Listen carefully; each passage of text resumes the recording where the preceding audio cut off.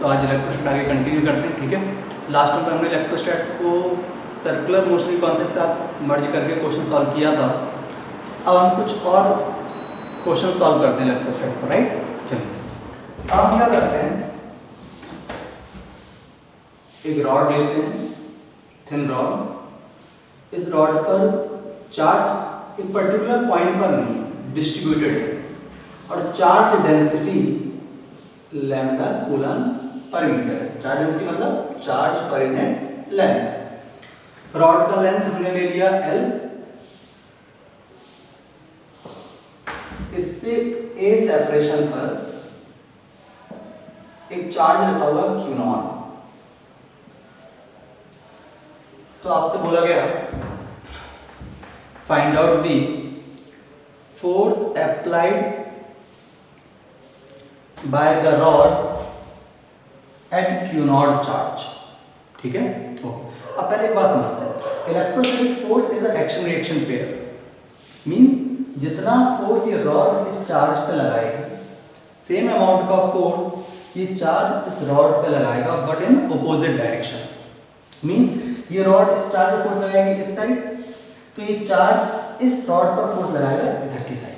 Clear? तो magnitude तो same हो, तो हम कोई भी कैलकुलेट करें हमें तो मैग्नीट्यूड से मतलब है इस टाइम पर। ओके, अब प्रॉब्लम ये क्या है, हम इस चार्ज की वजह से रॉड पर लगने वाला फोर्स कैलकुलेट करें तो इस रॉड पर जो चार्ज डिस्ट्रीब्यूटेड है उसकी इस Q0 चार्ज से सेपरेशन डिफरेंट है, तो डायरेक्ट तो नहीं कर सकते।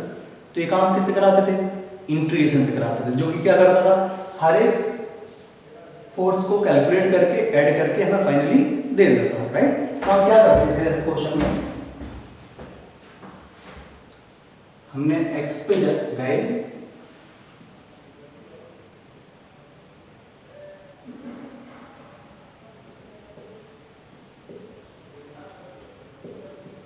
और dx लेंथ पे एलिमेंट कट करेंगे। इस एलिमेंट पर जो चार्ज है dq, उस एलिमेंट से बताना चाहूँ तो dq कितना होगा, सोचो, charge per unit length that is lambda और इसकी लेंथ दैट इज dx। इस Q0 चार्ज की वजह से इस पे लगने वाला स्मॉल फोर्स अगर हम dF देखें तो dF इज इक्वल टू क्या हो जाएगा, k Q0 second charge upon distance का स्क्वायर का इंटीग्रेशन। लिमिट कहां से कहां तक, देखो फर्स्ट एलिमेंट कहां मिलेगा a पर और लास्ट कहां मिलेगा a प्लस l, तो ये हो गया a प्लस l। अब तो सिंपल मैथमेटिकल कैलकुलेशन है, तो f इज इक्वल टू क्या हो जाएगा, k Q0 lambda dx upon x square. इस एक्स स्क्वायर को ऊपर लेके जाओगे तो क्या हो जाएगा, x की पावर -2। इसका इंटीग्रेशन तो हमें आता है, कई लोग बोल रहे हैं हमें बिल्कुल नहीं आता है, तो x की पावर -2 का इंटीग्रेशन क्या हो जाएगा, x की पावर -2 + 1 अपॉन -2 + 1। तो x की पावर -2 + 1 कितना हो गया, x की पावर -1 और नीचे क्या हो गया -2 + 1 दैट इज -1। तो क्या फाइनली माइनस का 1/x तो रह जाएगा और लिमिट कहां से कहां तक, a से a प्लस l। सब्स्टिट्यूट करेंगे तो क्या हो जाएगा, k Q0 लैम्डा माइनस का 1 upon a plus l plus 1/a। Clear है? Okay, f is equal to क्या आ जाएगा, k Q0 लैम्डा, एलसीएम ले रहे हैं तो एलसीएम क्या हो जाएगा, a into a plus l और ऊपर क्या रह जाएगा, सिर्फ l रह जाएगा। क्लियर? बस आंसर, क्या रॉकेट साइंस है। क्लियर है सभी को? स्क्रीन स्टॉप करो, नोट कर लो। चलिए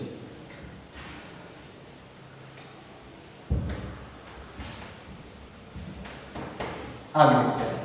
अब अभी तक हमने जो कूलम फोर्स को देखा वो उसका मैग्नीट्यूड था।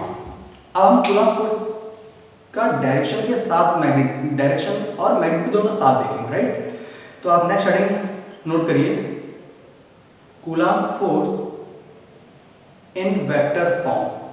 क्लियर? देखते हैं कैसे आता है, फिर मैं आपको इसकी फील करा दूंगा, फिर इसका एक एप्लीकेशन मिलेगा आपको एरोडो में, आई थिंक 3.7 के आसपास, वो इलेक्ट्रिक फील्ड से रिलेटेड है, वो हम देखेंगे। अभी हम क्या करते हैं, हमें वेक्टर फॉर्म चाहिए, तो सपोज कोई भी दो चार्ज है, ये Q1 एक चार्ज और ये Q2 चार्ज। इन चार्जेस के पोजीशन जो वेक्टर हैं, ये पोजीशन वेक्टर हो गया R1 वेक्टर, ये पोजीशन वेक्टर हो गया इसका R2 वेक्टर। ठीक है, अब मैं आपसे बोलूं और ये डिस्टेंस हो गई R, समझ गए। ये चार्ज Q1 चार्ज Q2 पर कितना फोर्स लगाएगा?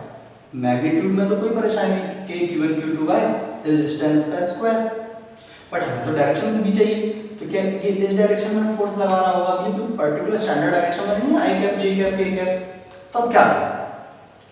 तो ऐसी सिचुएशन में हम क्या करते हैं, सबसे पहले ये जो R डिस्टेंस थी इसे वेक्टर फॉर्म में, तो क्या ऐसे बना देंगे, क्योंकि इस पर लगने वाला फोर्स कैलकुलेट करना है, तो हेड कहाँ रखेंगे? जिस पर लगने वाला फोर्स कैलकुलेट करना है। बहुत बढ़िया, तो यहाँ पर आ जाएगा R वेक्टर। और ट्राइंगल लॉ ऑफ रेपिटेशन से क्या लिख सकते हैं?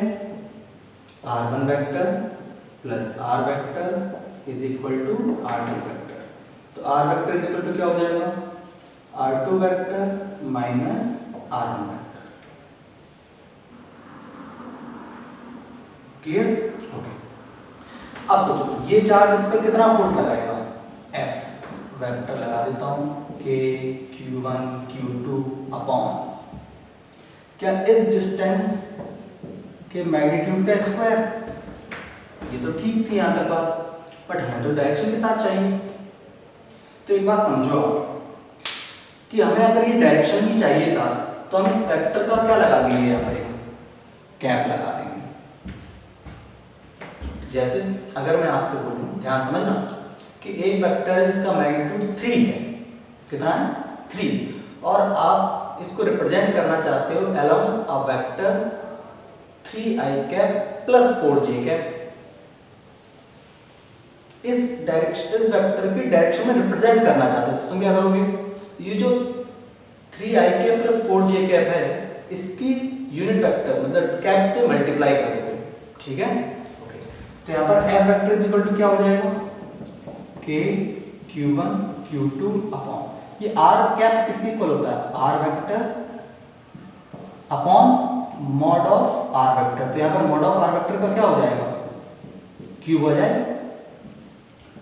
तो ये फॉर्मूला है। अब इसे रटने के लिए थोड़ा फील करें, आप कुछ बातों समझते। यहाँ पर R वेक्टर किसके इक्वल आएगा? R2 vector minus R vector.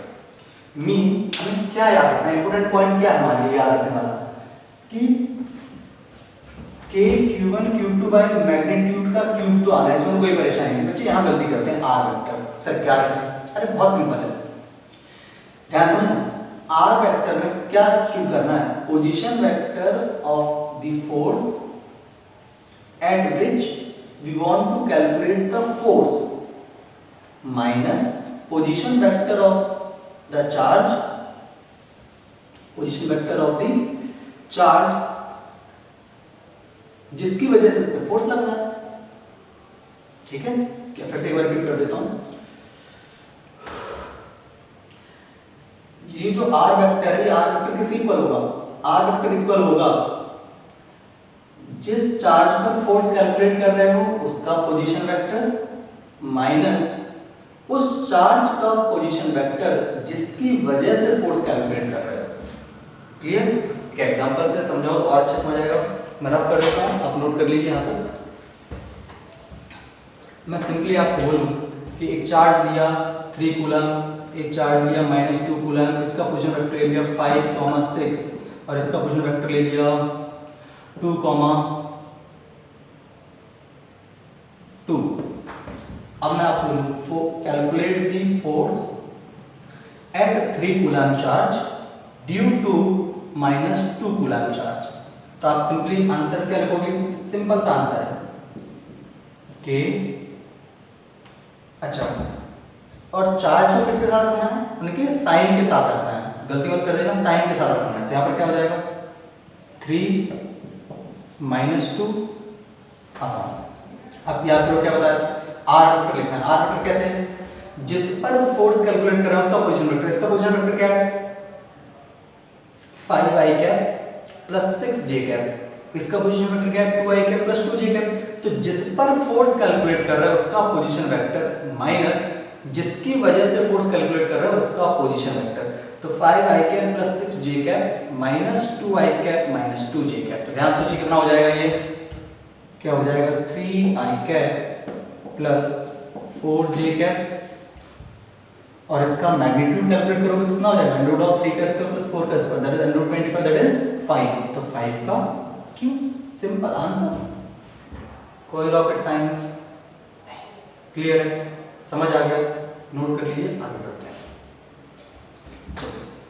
तो ये वेक्टर फॉर्म हो गया, इस पे कुछ न्यूमेरिकल्स मैं आपको और कराऊंगा। अभी इलेक्ट्रिक फील्ड पढ़ लेते हैं थोड़ी सी, उसके बाद इस पर कराऊंगा कि इसे कैसे और अप्लाई करना चाहिए। ठीक है, नेक्स्ट हेडिंग नोट करिए आप, इलेक्ट्रिक फील्ड। अब देखिए इलेक्ट्रिक फील्ड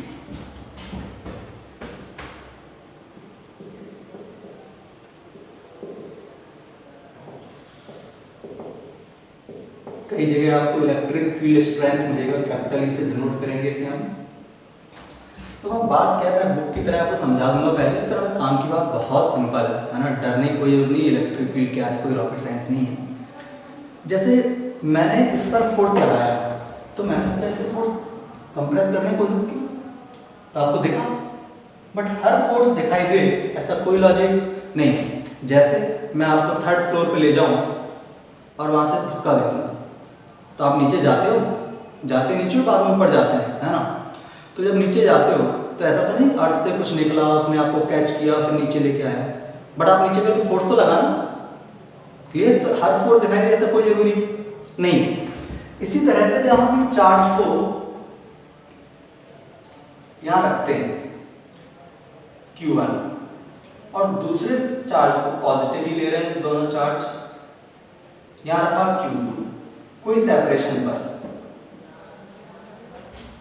तो इसने इस पर रिपल्सिव फोर्स लगाया, मतलब ये चार्ज दूर गया, ये चार्ज दूर गया मतलब इस पर कोई ना कोई फोर्स लगा, बट आप ऐसे दिखाई तो नहीं देने वाला। जैसे मैग्नेट को हम पास लाते हैं, दूसरा सेम पोल जब पास लाते हैं तो मैग्नेट दूर जाता है, बचपन में किया होगा, दूर जाता है, आपको कोई भी फोर्स लगते हुए दिखता है क्या, ऐसा नहीं एक मैग्नेट से कुछ निकला हो देख दिया हो, आपको दिखाई नहीं देता, बट फोर्स तो है। बेसिकली इस चार्ज से कुछ लाइंस निकलती हैं जो कि दिखाई नहीं देती। इस चार्ज से जो लाइन यहां फैली, उन लाइंस की वजह से ही इस पर एक फोर्स लगता है। ठीक है, उन लाइंस को हमने नाम दिया इलेक्ट्रिक लाइन ऑफ फोर्सेस। उनकी प्रॉपर्टी क्या है ये आगे हम और पढ़ेंगे, अभी हमारा डिस्कशन का पॉइंट है कि इलेक्ट्रिक फील्ड का वैल्यू क्या है। भाई बात आती है, अच्छा वो लाइंस निकली, अब वो लाइंस जितने फील्ड में गई, जितनी जगह डिस्ट्रीब्यूट हुई, जितनी जगह फैली, उस पूरी फील्ड को हमने क्या बोल दिया, इस चार्ज Q1 की फील्ड। और इलेक्ट्रिक लाइन से नाम क्या देती है, इलेक्ट्रिक फील्ड। जैसे ग्रेविटेशनल फोर्स है, उसकी वजह से जो लाइंस हम एज्यूम करेंगे, उन लाइंस की जो फील्ड जनरेट होगी, फील्ड मतलब उस चार्ज का कितनी जगह तक इफेक्ट है। क्लियर, तो इससे जो लाइंस निकली, उन लाइंस को हमने क्या नाम दिया, इलेक्ट्रिक लाइन ऑफ फोर्सेस। और उसकी वजह से जो फील्ड जनरेट हुई उसे क्या नाम दिया, इलेक्ट्रिक फील्ड। और उसकी वजह से जो फोर्स लगा उसे क्या नाम दिया, इलेक्ट्रिक फोर्स। क्लियर स्टोरी, एकदम समझ आया, ओके। तो कैसे डिफाइन किया गया इलेक्ट्रिक फील्ड को, ध्यान समझना। इस चार्ज Q1 की वजह से इस r डिस्टेंस पर इलेक्ट्रिक फील्ड कैसे कैलकुलेट की गई, सबसे बुक्स में ऐसे मिलेगा आपको, force per unit test charge is known as electric field. किसकी इलेक्ट्रिक फील्ड, इस चार्ज की। इस चार्ज की वजह से इस पॉइंट पर जो फोर्स है divide by this charge will be equal to electric field due to this charge. ठीक है, तो इस चार्ज में से फोर्स कितना, K Q1 Q2 by r square by Q2। तो इलेक्ट्रिक फील्ड क्या है, simply K Q1 by r square. अब ये फालतू की चीज आपको याद रखने की जरूरत नहीं, आप कॉमन सेंस समझो कैसे पढ़ाया जाता है। मैं आपको बोलूं इस चार्ज के इस पॉइंट पे इलेक्ट्रिक फील्ड, तो Q2 चार्ज को भूल जाओ, कोई मतलब नहीं। हम क्या सिंपली समझेंगे, अच्छा इस चार्ज के इस पॉइंट पे इलेक्ट्रिक फील्ड निकालनी है, के ये चार्ज और जितनी डिस्टेंस पर निकालना है उसका स्क्वायर। सिंपल, क्लियर है? फिर से कर दो। इस चार्ज की वजह से इस पॉइंट पर फील्ड निकालनी है, इलेक्ट्रिक फील्ड निकालनी है, तो क्या होगा? के इस चार्ज का मैग्नीट्यूड और जितनी डिस्टेंस पर इलेक्ट्रिक फील्ड निकालनी है उसका स्क्वायर। क्लियर, समझ आया? यहां से यूनिट भी आप लोग समझ गए होंगे, क्या यूनिट होने वाली इलेक्ट्रिक फील्ड की, बताओ जल्दी से। न्यूटन पर कूलम। एक और इसका यूनिट होगा वोल्ट पर मीटर। क्या यूनिट होगा? Volt per metre. को हम देखेंगे आगे भी, आपको करंट डेंसिटी ज्यादा फील आएगी। कैपेसिटर में E इज इक्वल होता है V/D। Volt V is potential difference, D is the separation. तो E is equal to V/D से V voltage, D distance, volt per metre. तो एक और इसका यूनिट हो जाएगा that is volt per metre. But अभी हमारे लिए क्या है? न्यूटन पर कूलम। अब चलो तो लिख सकते हैं न्यूटन पर coulomb and volt per metre. ठीक, एक और बात, इस चार्ज की वजह से, किसी भी चार्ज की वजह से किसी पर्टिकुलर पॉइंट पर जो इलेक्ट्रिक फील्ड की डायरेक्शन देखना हो तो कैसे देखते हैं? ध्यान से समझना, जिस पॉइंट पर इलेक्ट्रिक फील्ड का डायरेक्शन देखना हो उस पॉइंट पर पॉजिटिव चार्ज एज्यूम कर लो। जैसे मुझे ये चार्ज था, ये अगर पॉजिटिव है और मुझे इस पॉइंट पर इलेक्ट्रिक फील्ड की डायरेक्शन देखनी है तो मैं पॉजिटिव चार्ज एज्यूम कर लूंगा। अब सोचो, ये भी पॉजिटिव चार्ज मैंने एज्यूम किया और ये तो पॉजिटिव है, तो इस पे कैसा फोर्स लगाएगा? Repulsive force. तो इधर इलेक्ट्रिक फील्ड की डायरेक्शन क्या हो जाएगी? इस साइड। बहुत सिंपल। अब सोचो, अगर ये चार्ज नेगेटिव होता तो यहाँ क्या एज्यूम करेंगे? पॉजिटिव ही एज्यूम करेंगे, ऐसा नहीं नेगेटिव तो नेगेटिव एज्यूम कर लिया। क्या ध्यान रखना है कि हमेशा जिस पॉइंट पर हमें फोर्स, जिस पॉइंट पर इलेक्ट्रिक फील्ड कैलकुलेट करनी है उस पॉइंट पर पॉजिटिव चार्ज एज्यूम कर लो बस। तो सोचो अगर ये नेगेटिव चार्ज होगा और इसकी वजह से इस पॉइंट पर इलेक्ट्रिक फील्ड निकालनी है तो हम क्या करेंगे? इस पॉइंट पर पॉजिटिव चार्ज एज्यूम कर लेंगे। तो ये नेगेटिव चार्ज को क्या करेगा? अट्रैक्ट करेगा। तो फोर्स कहाँ लगेगा? इधर। क्लियर है? पक्का समझ आ गया? नोट कर लो। ठीक है, स्क्रीन स्टॉप करो, आगे बढ़ते हैं। साइड में ही हम इसे कंप्लीट कर देते हैं। Vector form of electric field. Vector form of electric field.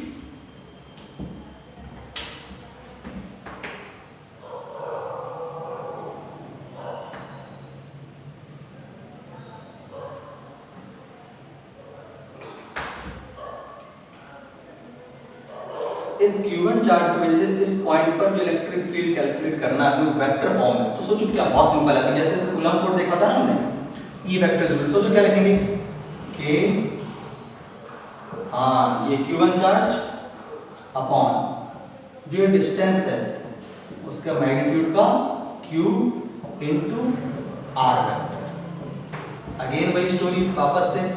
R vector क्या है? सोचो, जिस पॉइंट पर force calculate, electric field calculate करनी है उसका पोजीशन वेक्टर माइनस इस चार्ज का पोजीशन वेक्टर। सिंपल। फिर से कर दो। आर वेक्टर क्या आएगा?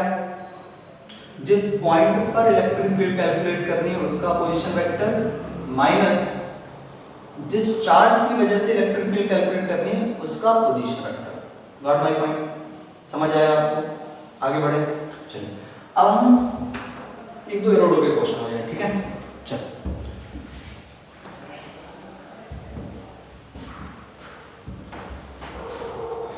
एरोडो का क्वेश्चन करते हैं हम लोग।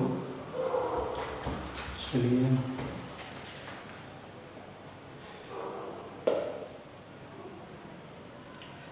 चलिए एक अच्छा क्वेश्चन करते हैं एरोडो का। 3.6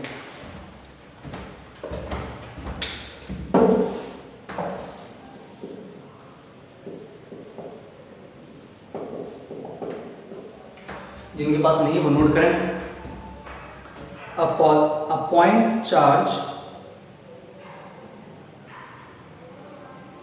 positive point charge, sorry, a positive point charge 50 microcoulomb is located in plane xy at the point with radius vector R naught is equal to 2i cap plus 3j cap. Find the vector of the electric field. Find the vector of electric field strength E and its magnitude at the point with radius vector r is equal to 8i cap minus 5j cap. ठीक है, चलो. तो देखो simply क्या बोला गया है, कोई रॉकेट साइंस नहीं है.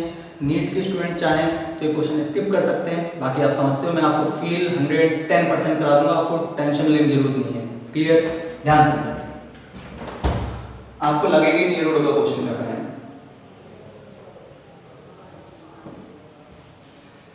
जो चार्ज है 50 माइक्रोकूलम, वो 50 माइक्रोकूलम चार्ज XY प्लेन में है जिसका position vector 2i cap plus 3j cap. मतलब यहाँ पे होगा 50 माइक्रोकूलम.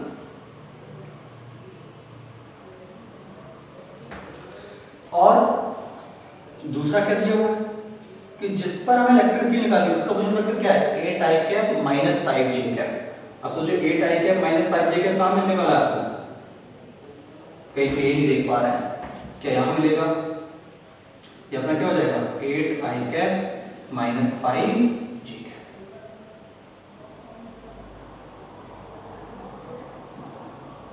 अब याद करो अभी भी क्या सिखाया था कि इस चार्ज में से इस पॉइंट पर जो इलेक्ट्रिक फील्ड आएगी क्या करें, पॉजिटिव चार्ज है तो क्या डायरेक्शन ये होगी, कुछ वर्टिकल नहीं.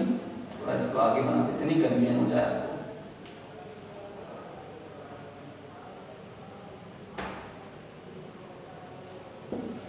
8i cap minus 5j cap. तो इस चार्ज में इस पॉइंट पे इलेक्ट्रिक फील्ड देखना हो तो क्या करेंगे हम, कि कुछ ऐसी डायरेक्शन में जा रहा हो. हेड समझ आ रहा है सारे वेक्टर्स के. ओके, तो अब क्या करें, इस पॉइंट पे इलेक्ट्रिक फील्ड क्या हो जाएगी. सोचो अभी समझा था हमने, electric field E vector is equal to k का value 9 × 10⁻⁹ into 50 × 10⁻⁻⁶ k³ upon r vector. हाँ, r वेक्टर में r वेक्टर क्या वो सोचो, इसका पोजीशन वेक्टर क्या था अपने पास 2i cap plus 3j cap. हाँ, 2i cap plus 3j cap. अब क्या करते हैं, ध्यान समझना, क्या जिस पर इलेक्ट्रिक फील्ड निकालते हैं उसका position vector that is 8i cap minus 5j cap minus जिस चार्ज की वजह से इलेक्ट्रिक फील्ड निकाल रहे हैं. तो ये माइनस कर दें, ध्यान समझना क्या हो जाएगा 8i cap minus 5j cap minus this. तो ऊपर कितना रह जाएगा, ऊपर रह जाएगा 6i कैप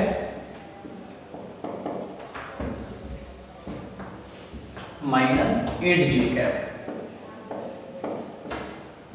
कोई परेशानी, क्लियर एकदम, बहुत बढ़िया.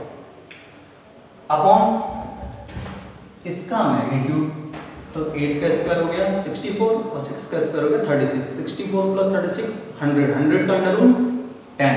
यहाँ पर क्या हो जाएगा 10 का क्यूब.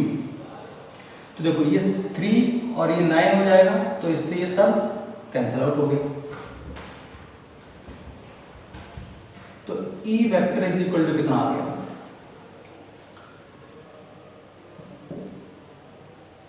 450. ठीक है, और अगर इसका मैग्नीट्यूड कैलकुलेट करें तो ये है तो 10 के इक्वल. तो E वेक्टर का सिर्फ मैग्नीट्यूड दोनों ही पूछा उसने, तो E वेक्टर का मैग्नीट्यूड कितना हो जाएगा 450. तो ये हो गया, इसका मैग्नीट्यूड कितना 10, तो हो गया 10 मींस 4.5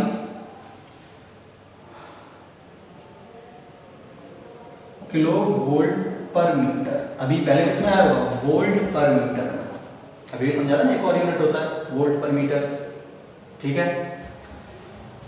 ये तो आ गया मैग्नीट्यूड. व्हाट अबाउट डायरेक्शन, मतलब अगर वेक्टर फॉर्म में रिप्रेजेंट करना चाहे तो एक तो ये आंसर हो गया इसका B part. E vector is equal to क्या हो जाएगा, ये देखो 450 हो गया, तो 450 को आप मल्टीप्लाई करो 6 से, तो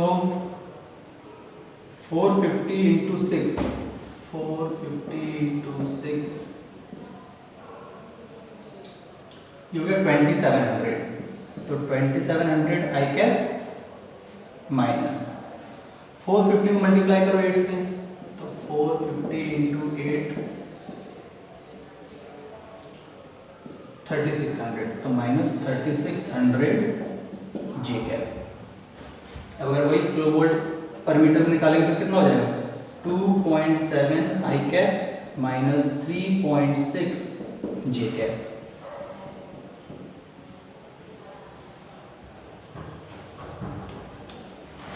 क्लियर, कोई परेशानी? ठीक है यहाँ तक? ओके, तो आप स्क्रीन स्टॉप करिए, नोट कर लीजिए इसको और देखते हैं क्वेश्चन।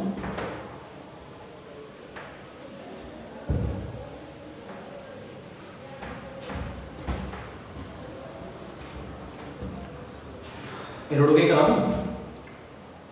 चलो एक और बना देता हूँ एरोडो का।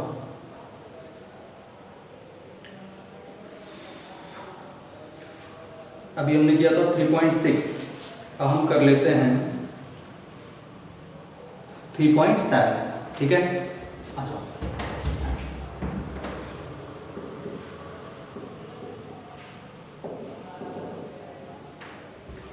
क्वेश्चन नोट करिए। Point charge small q and minus q are located at the vertices of a square with diagonal 2l. Find the magnitude of electric field strength, means वही electric field at a point located symmetrically with respect to the vertex of the square at a distance x from its center. ठीक है, okay. अब देखो क्या होता होगा diagram में।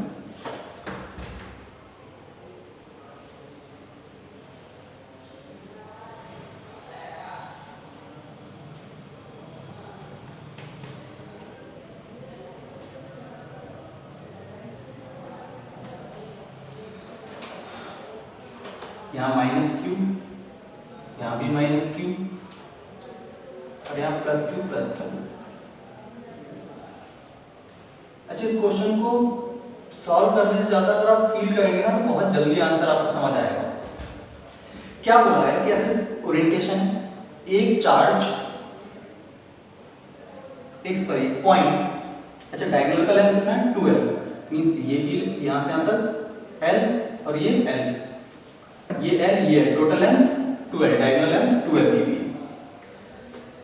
इससे x डिस्टेंस मतलब यहाँ नेट इलेक्ट्रिक फील्ड क्या आएगी वो निकालना है। ध्यान से समझना, यहाँ से आपकी तरफ ऐसे ये इस पॉइंट पर हमने क्या किया, ध्यान से समझना। ऐसे था पॉइंट, इसको ऐसे, इस पूरे सिस्टम को ऐसे पकड़ के ऐसे कर दीजिए, घुमा दीजिए। ऐसे प्लेन था,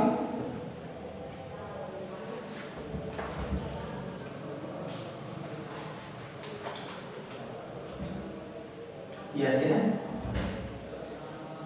ऐसे है, तो डायगोनल कहाँ है, ऐसे है, ऐसे लिए, ठीक है। इसको थोड़ा ऐसे ऐसे घुमा दी। अब सोचो, ध्यान से ना, इस चार्ज की वजह से इस पॉइंट पे इलेक्ट्रिक फील्ड ऐसे पॉजिटिव है, तो मैं इसको अलग से बना दूं, ऐसे ले लूंगी। एक हो गया प्लस क्यू ये वाला चार्ज, हो गया माइनस क्यू। हमने ऐसे बना दिया, तो सोचो इसको ऐसे रख दिया, तो चार्ज कहाँ गया, ऊपर ऐसे।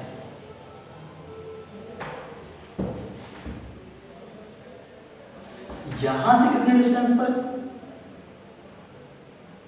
x और ये कितना है l, तो ये सेपरेशन कितना हुआ l, फील कर पा रहे हैं, ओके। ये x, इस चार्ज की वजह से इस पॉइंट पे इलेक्ट्रिक फील्ड का डायरेक्शन अभी भी समझाया था। क्या करो, इस पॉइंट पे पॉजिटिव चार्ज अज्यूम करो और इस चार्ज की वजह से इस पॉइंट पे इलेक्ट्रिक फील्ड क्या इधर हो जाएगा। अच्छा, ये डिस्टेंस भी कितनी है, L, ये x है।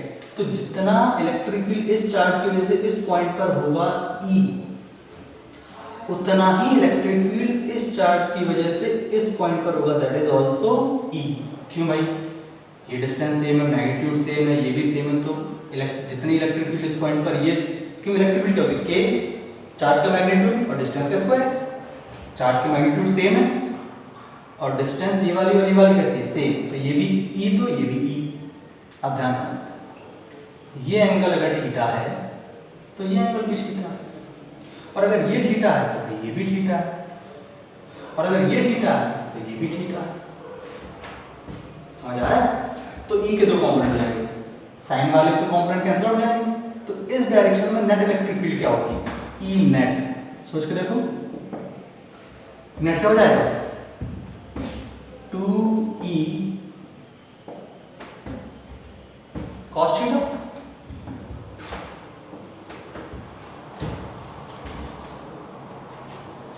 ठीक है, 2E cos थीटा। तो यहाँ पर क्या लिखेंगे, E net is equal to 2E कितना, K मैग्नीट्यूड अपॉन डिस्टेंस का स्क्वायर। डिस्टेंस कितनी हो जाएगी, under of L square plus x square, इसका होल स्क्वायर, तो क्या रह जाएगा L square plus x square. Clear, okay. cos theta क्या हो जाएगा, this upon L square plus x square की पावर 1/2। तो E नेट कितना हो गया, 2KQL upon L square plus x square की पावर 3/2। आंसर नहीं आया, ध्यान समझे। ये तो इन दो चार्जेस की वजह से हुई। अब सोचिए, ये इन दो चार्जेस की वजह से जो इलेक्ट्रिक फील्ड आई वो इस डायरेक्शन में आई। तो अब देखो, अभी ये आ गया 2KQL by L square plus x square की पावर 3/2। अब एक बात समझो आप कि ये जो electric field I E net, ये किस डायरेक्शन में आई, -q की डायरेक्शन में, इसके पैरेलल प्लेन में। मतलब इसकी वजह से, इन दोनों की वजह से इस पॉइंट पर इलेक्ट्रिक फील्ड आएगी, इस पॉइंट पर नहीं, x पॉइंट पर। वो कहाँ आएगी, क्या ऐसे आएगी, क्या सोचो, ऐसे घुमाओ, ओरिएंटेशन पूरा घुमाओ, ऐसे था ये, हमने पॉइंट यहाँ लिया था, फिर इसको हमने ऐसे किया, फिर इसको ऐसे घुमाया, तो ये कई लोग खुद ही घूमे जा रहे हैं। ध्यान समझें, ये ऐसे था, ये ऐसे, हमने क्या किया, पहले इसको ऐसे लिया, फिर इसको ऐसे घुमाया, तो इस पॉइंट पे इलेक्ट्रिक फील्ड कहाँ है, इसके पैरेलल। तो इन दो चार्जेस की वजह से इस पॉइंट पे इलेक्ट्रिक फील्ड जो आएगी वो कहाँ आएगी, ऐसे आ रही होगी। तो यहाँ रिप्रेजेंट करना हो मुझे, तो मैं ऐसे रिप्रेजेंट कर देता हूँ। ऐसे इन दोनों में जैसे कहाँ आएगी, कि नेगेटिव तरफ इधर, मैग्नीट्यूड कैसा होगा, सेम। तो फाइनली क्या आएगा, E नेट, इसको √2 टाइम बस, तो हो जाएगा 2√2 टाइम, क्योंकि इन दोनों बीच एंगल कितना है, 90 डिग्री।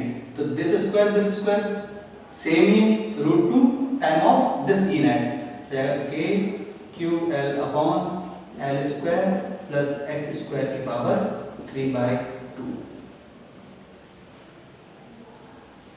सिंपल, क्लियर, पक्का समझ आया, ओके।